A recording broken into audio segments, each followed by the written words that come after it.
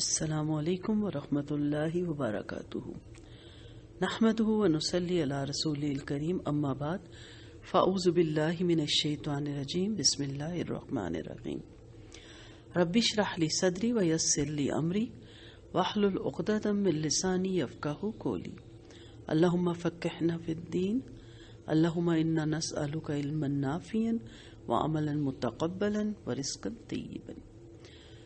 مالک یوم الدین، مالک ہے جزا کے دن کا۔ مالک کسے کہتے ہیں؟ قبضہ اور تصرف کا اختیار رکھنے والا۔ اور الدین، دان اس کا روٹ ہے۔ الدین کا لفظ بڑے وسیع مفہوم میں استعمال ہوتا ہے۔ مختصر اس کے 4 معنی: مکمل حاکمیت، مکمل عبودیت، قانون جزا اور سزا، بدلہ۔ دان میں جزا اور سزا میں حاکم اور محکوم کے پہلو کو اجاگر کرنے کے لیے آتا ہے۔ شیطان غلط تصور کر کے یہ کہتا ہے کہ کوئی شخص اپنے اعمال کے بلبوتے پہ جنت میں داخل نہیں ہو سکتا، جو بھی جنت میں جائے گا اس کی رحمت سے جائے گا۔ اللہ بڑا رحیم و کریم ہے، وہ اپنی رحمت کے صدقے میں بخش دے گا۔ کسی کو عذاب دے کر اس کو کیا حاصل؟ اس بات کا غلط مطلب سمجھا کر بے عمل کر دیتا ہے۔ اس آیت میں بتایا گیا کہ اللہ کی رحمت کوئی اندھے کی باڑ نہیں کہ غیر مستحق لوگ بھی فائدہ اٹھائیں۔ قیامت کے دن انصاف ہوگا، لہٰذا جو گھڑیاں باقی ہیں ان کو غنیمت جانیے اور فائدہ اٹھا کر اپنے آپ کو رحمت کا حقدار بنائیے۔ مالک، جس کے معنی ہے کہ کسی چیز پر ایسا قبضہ کہ اس میں تصرف کرنے کی جائز قدرت رکھتا ہو۔ مالک وہ ہے جو نصف سے حصت کر دینے پر قادر ہو۔ اس لیے ان لفظوں کا اطلاق اللہ تعالیٰ کے سوا اور کسی چیز پر درست نہیں۔ اگرچہ حقیقی اور مکمل مالکیت تمام کائنات پر صرف اللہ تعالیٰ ہی کو حاصل ہے، لیکن اس نے اپنے کرم اور حکمت بالغہ سے ایک قسم کی ناقص ملکیت انسان کو بھی دنیا میں عطا کر دی ہے۔ یہ ناقص اور نامکمل اور مجازی ملکیت جو انسانوں کو دنیا میں حاصل ہے، یہ دراصل ان کی آزمائش کے لیے ہے۔ اس آیت میں اللہ نے انسانوں کو متنبہ فرمایا ہے کہ سب ملکیتیں اور تعلقات عارضی اور کچھ عرصے کے لیے ہیں، اس لیے ان سے دل مت لگائیں۔ میرا گھر، میرے بچے، میرا شوہر، یہی کرتے کرتے ساری زندگی گزر جاتی ہے۔ یہ سب آپ کی آزمائش ہے۔ ایک دن ایسا آنے والا ہے کہ جس میں کوئی کسی چیز کا ظاہری طور پہ بھی مالک نہ رہے گا، نہ کوئی کسی کا خادم رہے گا اور نہ مخدوم، نہ کوئی کسی کا آقا رہے گا نہ غلام، نہ کسی کی حکومت رہے گی نہ ریاست۔ تمام کائنات کی ملکیت صرف ایک ذات خداوندی کو ہی حاصل ہوگی۔ خدائے بزرگ اور برتر کی حمد کے بعد یہی پھر کہنا پڑتا ہے اور یہی کہنا چاہیے، مالک یوم الدین، یعنی اللہ تعالیٰ جزا کے دن کا مالک ہے۔ اللہ تعالیٰ اس دن کا مالک ہے جس دن ہر انسان کو پورے انصاف کے ساتھ اپنے تمام اعمال کی جزا ملے گی۔ یہ دنیا جزا اور سزا کے لیے نہیں بنائی، بلکہ یہ دنیا دارالعمل ہے۔ اس دنیا میں نہ پوری سزا مل سکتی ہے نہ جزا۔ مثلاً ایک شخص بم مار کر 100 آدمیوں کو قتل کر دیتا ہے، تو پھر اس دنیا میں اس کو کیسے پوری سزا دی جا سکتی ہے؟ ظاہر ہے اسے صرف ایک ہی مرتبہ سزائے موت دے سکتے ہیں آپ، باقی 99 قتل کی سزا کون دے گا اسے؟ انصاف کا تقاضا ہے کہ اسے پھر زندہ کیا جائے، پھر مارا جائے، پھر زندہ کیا جائے، پھر مارا جائے، 100 مرتبہ اسے اس عذاب سے گزارا جائے، لیکن اس دنیا میں یہ ناممکن ہے۔ نبی کریم صلی اللہ علیہ وسلم نے فرمایا، بدترین نام اللہ کے نزدیک اس شخص کا ہے جو شہنشاہ کہلائے، حقیقی بادشاہ اللہ کے سوا کوئی نہیں۔ آپ فرماتے ہیں اللہ تعالیٰ زمین کو قبضے میں لے لے گا اور آسمان اس کے دائنے ہاتھ میں لپٹے ہوئے ہوں گے، اور پھر فرمائے گا، میں بادشاہ ہوں، کہاں ہے اس زمین کے بادشاہ، کہاں ہے اس زمین کے تکبر کرنے والے؟ اس آیت میں 3 لفظوں میں جو بات پوشیدہ ہے وہ کچھ یوں ہے۔ نمبر 1، ایک دن جزا اور سزا کا آنے والا ہے۔ جب آپ نماز میں 45 دفعہ اس آیت کو پڑھتے ہیں تو کبھی سوچا آپ نے کہ آپ روزانہ 5 دفعہ اقرار کرتی ہیں اس چیز کا کہ ایک دن جزا اور سزا کا آنے والا ہے، تو کیا آپ نے تیاری کی ہے؟ کتنی تیاری کی ہے؟ کس چیز کی جزا آپ پائیں گے اور کس چیز کی سزا سے آپ بچیں گے. ہمیں تو دنیا میں جزا چاہیے. ہمارا تو ہر عمل اس لیے ہوتا ہے کہ مجھے ریگارڈ ملے، مجھے صلہ ملے. ہم اچھے بھی اس لیے ہوتے ہیں کہ لوگ ہمیں اخلاق والا کہیں. جو بھی عمل کریں اللہ کے لیے کریں، اس کی رضا کے لیے کریں. دوسری چیز، اس دن سارا اختیار صرف اللہ تعالیٰ ہی کو حاصل ہوگا. آج آپ با اختیار کیوں ہیں؟ آپ کو اللہ نے اختیار دیا تھا اس لیے نہیں کہ آپ منمانی کرتے پھریں. آپ کو ہاتھ دیے، آپ اس سے نیکی کے کام بھی کر سکتے ہیں اور بدی کے بھی. آپ نے بدی کے کیوں کیے؟ آپ اپنی تمام خواہشات کو اللہ کے حکم کے تابع کر دیں. جس طرح اللہ چاہتا ہے اس طرح اپنے با اختیار ہونے کو بے اختیار بنا لیں، اللہ کے سپرد کر دیں. اس کے آگے کسی کو دم مارنے کی مجال نہ ہوگی. تو آج اتنا غرور، اتنا تکبر، اتنی انا، اتنا غصہ، اتنی ضد، اتنی طمع، اتنی لالچ، اور بدکتے پھرتے ہیں. آج ہم کہتے ہیں یہ نہیں قرآن میں ہونا چاہیے تھا، نعوذ باللہ، یہ حدیث سمجھ میں نہیں آتی، یہ پاسبل نہیں ہے، یہ آج کے دور میں اپلائیبل نہیں ہے. یہی ہماری باتیں ہیں نا. آج کیوں ہم بھٹک رہے ہیں؟ کل اللہ کے سامنے یہ دلیلیں دے کر ہم بچ سکیں گے کہ اللہ میری آنکھیں اور دل صاف تھا، اس لیے میں نہیں سمجھتی تھی کہ مجھے پردہ کرنا چاہیے، اور وہ بھی شرعی. یہ کون سے میرے جو نامحرم ہے، میں نے ان سے کوئی شادی کرنی ہے؟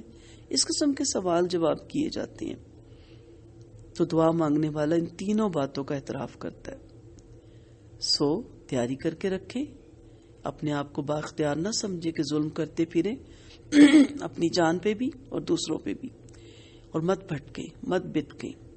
جو اللہ نے اس کے نبی نے کہا سمینا و اطانا. وہ مالک ایک ایک کی ضرورت سے نہ صرف واقف ہے بلکہ اپنی رحمت سے سب کی پرورش بھی کرتا ہے. زمان اور مقام میں کوئی جگہ ایسی نہیں جہاں اس کی رحمت نہیں ہے، لیکن سب کچھ یوں ہی بے مقصد پیدا نہیں کیا گیا، بلکہ ایک دن آنے والا ہے جب اس کائنات کی مجموعی کارگری اور ہر فرد کی کارکردگی کا حساب ہوگا. اس عظیم دن اور وقت کا نام یوم دین ہے. قرآن میں دین کا لفظ کہیں مذہب کے لیے استعمال ہوتے ہیں، کہیں قانون اور کہیں شریعت کے معنوں میں، اور کہیں جزا اور سزا کے. یہاں بھی یہ لفظ جزا اور سزا کے معنوں میں استعمال ہوا. آیت کا مطلب کیا بنتا ہے کہ جس دن اگلے اور پچھلے تمام لوگوں کو جمع کر کے ان سے حساب لیا جائے گا اور ہر انسان کو اس کے عمل کا پورا پورا صلہ اور بدلہ دے دیا جائے گا. دنیا میں کوئی صرف آپ کو زبان کی صلہ دے سکتا ہے، اور کچھ لوگ تو وہ بھی نہیں دیتے.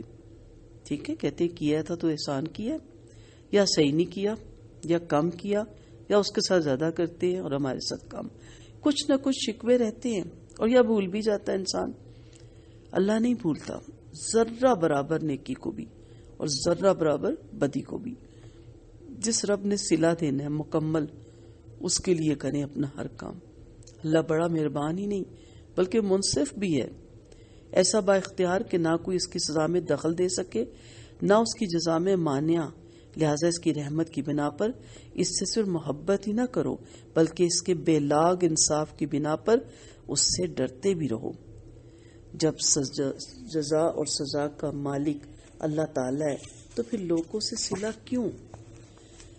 نیکی دراصل نام ہی اس عمل کا جو خالص اللہ تعالیٰ کی رضا حاصل کرنے کے لیے کیا جائے.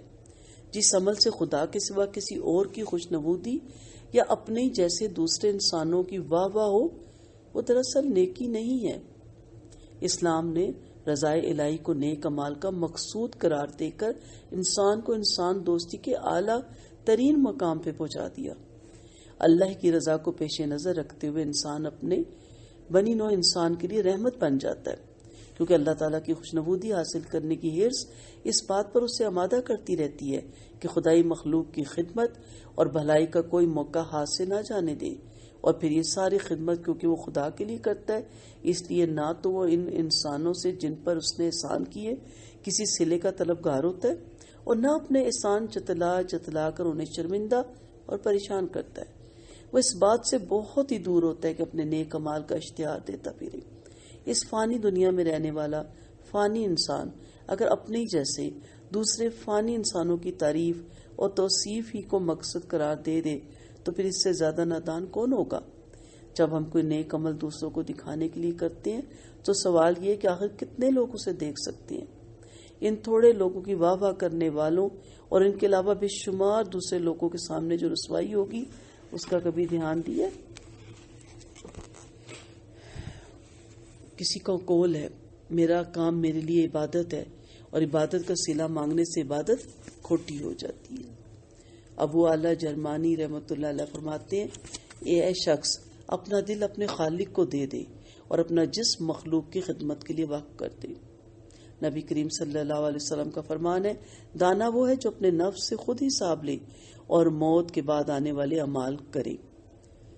حضرت فاروق اعظم رضی اللہ عنہ کا قول ہے تم خود اپنی جانوں سے حساب لے لو اس سے پہلے کہ تمہارا حساب لیا جائے، اور اپنے اعمال کو خود وزن کر لو اس سے پہلے کہ وہ ترازو میں رکھے جائیں، اور اس بڑی پیشی کے لیے تیار ہو جاؤ جب تم اس کے سامنے پیش کیے جاؤ گے جس سے تمہارا کوئی عمل پوشیدہ نہیں ہے۔ خود رب العالمین نے فرمایا جس دن تم پیش کیے جاؤ گے کوئی چھپی ڈھکی بات چھپے گی نہیں۔ خالق کون و مکان کسی چیز کو پیدا کرتا ہے تو اس کے ساتھ اس کی موت کو بھی سوار کر دیتا ہے۔ سو ان تینوں آیات میں تین اور مفہوم بھی ہیں۔ جب کچھ نہ تھا تب بھی رب تھا، جب سب کچھ ہے تب وہ رحمان و رحیم ہے، جب کچھ نہ ہوگا وہ مالک یوم دین ہوگا۔ روز اول ہے کہ روز جزا کس دن کا نام ہے، اس کی کیا حقیقت ہے، پہلی بات یہ ہے، اور دوسرا یہ کہ اللہ کی ملکیت تمام کائنات پر جس طرح روز جزا میں ہوگی ایسی آج بھی ہے، پھر روز جزا کی کیا خصوصیت؟ پہلی بات کا جواب یہ کہ روز جزا اس دن کا نام ہے جس کو اللہ نے نیک اور بد اعمال کا بدلہ دینے کے لیے مقرر فرمایا۔ لفظ روز جزا سے ایک عظیم الشان فائدہ یہ حاصل ہوتا ہے کہ دنیا نیک اور بد اعمال کی جزا اور سزا کی جگہ نہیں ہے، بلکہ یہ دارالعمل ہے، اس کو ادا کرنے کا یہ دفتر ہے، تنخواہ یا صلہ وصول کرنے کی جگہ نہیں۔ اسے معلوم ہوگا کہ دنیا میں کسی کو عیش اور عشرت دولت سے مالا مال دیکھ کر یہ نہیں تصور کیا جا سکتا کہ وہ اللہ کے نزدیک مقبول اور محبوب ہے، یا کسی کو رنج اور مصیبت میں مبتلا پا کر یہ نہیں قرار دے سکتے آپ کہ وہ اللہ کے نزدیک مغزوز ہے۔ جس طرح دنیا کے دفتروں لفظ غلط بول دیا، وہ اللہ کے نزدیک مبغوض ہے، یعنی اللہ کے غضب میں آیا ہوا ہے۔ جس طرح دنیا کے دفتروں اور کارخانوں میں کسی کو اپنا فرض ادا کرنے میں مصروف محنت دیکھا جائے تو کوئی عقل مند اس کو مصیبت زدہ نہیں کہتا، اور نہ ہی وہ خود اپنی مشقت کے باوجود اپنے آپ کو گرفتار مصیبت سمجھتا ہے، بلکہ وہ اس محنت اور مشقت کو اپنی سب سے بڑی کامیابی تصور کرتا ہے، اور کوئی مہربان اس کو مشقت سے آزاد کرنا چاہے تو اس کو اپنا بدترین دشمن سمجھتا ہے، کیونکہ وہ اس 30 روزہ محنت کے بعد اس تنخواہ کی صورت میں دیکھ رہا ہوتا ہے جو اس کو راحت دے گی۔ بس اسی طرح یہ دنیا بھی دارالعمل ہے۔ اس دنیا کے بعد جب اگلی دنیا آئے گی تو آپ کو اس دنیا میں محنت اور مشقت جو آپ نے کی ہوگی اس کا آپ کو وہاں پہ انعام ملے گا۔ یہی وجہ ہے کہ دنیا میں انبیاء اور ان کے بعد اولیاء اللہ سب سے زیادہ مصیبت اور وبا میں مبتلا ہوئے، اور وہ اپنی اس حالت پر نہایت مطمئن اور بعض اوقات مسرور نظر آتے تھے۔ الغرض دنیا کی عیش و عشرت حق و صداقت کی اور رنج و مصیبت بد عملی کی یقینی علامت نہیں ہے۔ ہاں کبھی کبھی کسی عمل کی جزا یا سزا کا ہلکا سا نمونہ دنیا میں اللہ تعالیٰ دکھاتے ہیں، وہ اس کا پورا بدلہ نہیں ہوتا، محض متنبہ کرنے کے لیے ایک نمونہ ہوتا ہے۔ الغرض دنیا کی راحت اور مصیبت بعض اوقات تو امتحان اور آزمائش ہوتی ہے اور کبھی عذاب بھی ہوتے ہیں، مگر وہ عمل کا پورا بدلہ نہیں ہوتا بلکہ ایک نمونہ ہوتا ہے، کیونکہ یہ سب کچھ چند روزہ اور محض عارضی ہے۔ دکھ ہے یا خوشی ہے، دونوں چیزیں ہمیشہ قائم رہنے والی نہیں ہیں۔ اصل میں یہ آخرت میں دونوں چیزوں کا رزلٹ ملے گا، اسی کا نام روز جزا ہے۔ اور جب یہ معلوم ہو گیا کہ نیک اور بد عمل کا پورا بدلہ اس دنیا میں نہیں ملتا، اور عدل و انصاف اور عقل کا تقاضا ہے کہ نیک اور بد، اچھا اور برا برابر نہ رہے بلکہ ہر عمل کی جزا اور سزا ملنی چاہیے، تو پھر اس دن کا انتظار کرنا پڑے گا۔ اس لیے ضروری ہے کہ اس عالم کے بعد کوئی دوسرا عالم ہو جس میں ہر چھوٹے بڑے اچھے برے عمل کا حساب اور اس کی جزا و سزا انصاف کے ساتھ قرآن کی اصطلاح میں جس طرح بتایا گیا کہ روز جزا ہے اس دن دی جائے۔ انصاف کے دن کا وہی مالک ہے. اس دن یعنی انصاف کے دن کی ملکیت اسی کے ہاتھ میں ہے. اللہ نے کسی کو اس دن کی ملکیت عطا نہیں کی. اس دن اللہ فرمائے گا لمن الملک اليوم، آج بادشاہت کس کی ہے. تب کائنات کا ذرہ ذرہ جواب دے گا للہ الواحد القہار، اللہ کی بادشاہت ہے جو اکیلا ہے، واحد ہے، قہار ہے.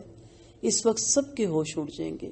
یہی وہ موقع ہے کہ کیا ولی، کیا نبی، کیا رسول سب کہیں گے کہ ہم اللہ کے حضور بول نہیں سکتے. مسئلہ یہ کہ ہم نے دنیا کو سفر کے بجائے منزل سمجھ لیا ہے. یہ سفر ہے اور سفر کی صعوبتیں تکلیفیں برداشت کرنی پڑتی ہیں اس خوشی کے لیے کہ اس کے بعد میں اپنی منزل پہ پہنچوں گا، اور جب میں وہاں پہنچوں گا تو سکون سے بیٹھوں گا. وہ دل نہیں لگاتا سفر میں، وہ ان کو پریشانیوں کو گنتا بھی نہیں، کیونکہ اس کے بعد اس کی منزل اس کا گھر ہوتا ہے. سو ہم دنیا میں آئے، جس حال میں بھی میرے رب نے رکھا ہم راضی، بس وہ ہم سے راضی ہو جائے. اس دن جو طویل دن ہوگا اور سب لوگ باری باری تمام انبیاء کے پاس، تمام رسولوں کے پاس جائیں گے کہ سفارش کریں. حساب شروع ہو مگر کسی کو ضرورت نہیں ہوگی. حضرت ابراہیم، حضرت نوح، حضرت موسیٰ جیسی علیہ السلام جیسی شخصیات کو بھی ہمت نہ ہوگی کہ وہ اللہ کے حضور شفاعت کا کوئی کلمہ بول سکے. پھر آخر میں آپ صلی اللہ علیہ وسلم طویل سجدہ کریں گے، یہی شفاعت کبریٰ ہوگی. آپ صلی اللہ علیہ وسلم ارشاد ہوگا، آپ صلی اللہ علیہ وسلم سے ارشاد ہوگا، مانگے آپ کو عطا کیا جائے گا. آپ صلی اللہ علیہ وسلم شفاعت فرمائیں گے اور حساب بھی شروع ہوگا. سو ہر اہل عقل کے نزدیک یہ بات واضح ہے کہ حقیقی مالک تمام کائنات کے ذرے ذرے کی وہی ذات پاک ہے جس نے ان کو پیدا کیا، بڑھایا، تربیت کی، اور جس کی ملکیت ہر چیز پر مکمل ہے، ظاہر پر بھی، باطن پر بھی، زندہ پر بھی، مردے پر بھی، اور جس کی ملکیت نہ کوئی اس کی ابتدا نہ انتہا، باخلاف انسان کی ملکیت کے کوئی ابتدا اور انتہا کے دائرے میں محدود ہے. پہلے نہیں تھی، اب ہے، پھر نہیں رہے گی. نیز اس کی ملکیت اور تصرف اشیاء کے ظاہر پر ہے، باطن پر نہیں، زندہ پر ہے، مردہ پر نہیں. اس لیے اہل بصیرت کے نزدیک صرف روز جزا کی نہیں بلکہ دنیا میں بھی تمام کائنات کی حقیقی ملکیت صرف حق تعالیٰ ہی کی ہے. اگلے لمحے کا ہمیں نہیں پتا کہ ہم سے کیا، ہمارے ساتھ کیا ہونے جا رہا ہے. سورۃ فاتحہ کے شروع میں بیان کیا گیا تھا کہ اس سورت کی 3 ابتدائی آیتوں میں اللہ کی حمد و ثنا کا بیان ہے. یہ تینوں آیتیں آ چکی، مکمل ہوگی، اور ان کی تفسیر میں آپ یہ بھی معلوم کر چکے کہ پہلی 2 آیتوں میں حمد و ثنا کے ضمن میں ایمان کے بنیادی اصول، اللہ کا وجود اور اس کی توحید کا بیان تھا. اس تیسری آیت کی تفسیر میں آپ نے اب معلوم کر لیا کہ اس کے صرف 2 لفظوں میں حمد و ثنا کے ساتھ اسلام کے عظیم الشان انقلابی عقیدہ یعنی قیامت اور آخرت کا بیان بھی ماما دلیل کے آ گیا. سو تربیت کے طور پہ میں آپ سے یہی کہوں گی، مت سلا چاہیں، مت ریگارڈ چاہیں. یہ سلے کی امید ہی انسان کو دکھی کرتی ہے، کیونکہ جب انسان کہتا ہے میں نے اتنا کچھ اولاد کے لیے کیا، یا میں نے اتنا کچھ اپنے بہن بھائیوں کے لیے کیا، یا میں نے اتنا کچھ اپنے سسرال کے لیے کیا یا شوہر کے لیے کیا، اور مجھے صلے میں کیا ملا، ڈانٹ یا ذلت یا دھکے، تو پھر آپ نے جس کے لیے کیا وہ تو یہی دے سکتا تھا. انسان ہے نا، کمزور ہے، بد لحاظ بھی ہے، اس کی فطرت میں بھی ہے احسان فراموشی، بھول بھی جاتا ہے. اور جیسے میں نے پہلے بھی کہا کہ اگر وہ صلہ دے گا بھی تو ایک زبان کا دے گا، اور کچھ لوگوں سے وہ بھی نہیں ہوتا، کہتے کیا ہے تو احسان کیا ہے، فرض بنتا تھا. لیکن اللہ تعالیٰ کی ذات ایسی ہے جو بہترین ریگارڈ دیتی ہے. اس لیے آپ جو بھی کریں، کرنا اسی دنیا میں ہے، انہی لوگوں کے ساتھ ہے، انہی کے ساتھ بھلائیاں کرنی ہے، انہی کے ساتھ صلہ رحمی کرنی ہے، انہی کے ساتھ نیکیاں کرنی ہے، کیونکہ اللہ کی محبت کا راستہ اس کے بندوں کے دلوں سے ہو کے گزرتا ہے. لیکن صلہ نہ مانگیے گا، ملے گا بھی نہیں. سب کے کام آئے، دل اللہ سے لگائیں. وآخر دعوانا ان الحمد للہ رب العالمین. سبحانک اللہم و بحمدک، نشہد ان لا الہ الا انت، نستغفرک و نتوب الیک. السلام علیکم ورحمۃ اللہ وبرکاتہ.